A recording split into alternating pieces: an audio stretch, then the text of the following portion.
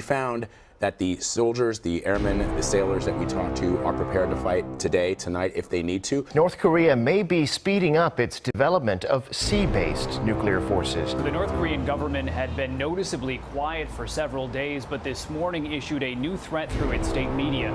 And part of that threat says, despite our warning, if the U.S. continues to wield a nuclear bat in front of a nuclear power, it will only accelerate its own self-destruction. The death of Otto Warmbier, that was a very personal thing for all Americans. When he was jailed for about a year, came back and died a week later, that showed us, if we needed another example, the brutality of the North Koreans, but in a very personal way. I think it affected the president very personally as well. Now, earlier today, the U.S. and Japan conducted large-scale joint military exercises on Japan's northernmost island. And over the weekend, Japan installed 4 missile interceptor systems, which could be used to shoot down North Korean missiles that fly over Japan. Meanwhile, the chairman of the U.S. Joint Chiefs of Staff met with South Korea's president today in Seoul.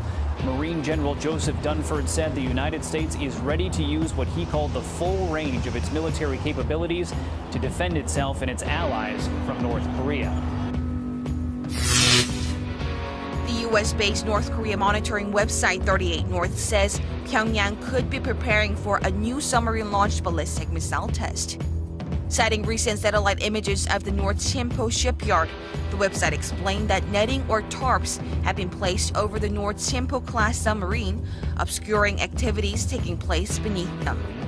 This is exactly what the regime did in the lead-up to its last submarine-launched ballistic missile, or SLBM, test in July of last year.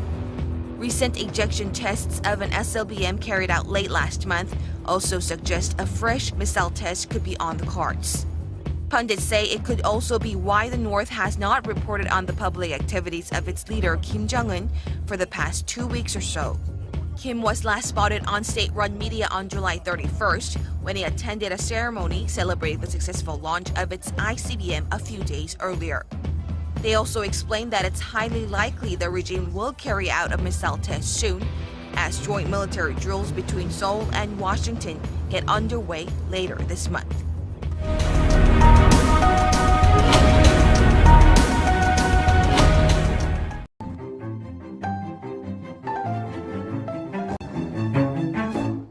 Thank you for watching Right Wing. Your support really does mean the world to me.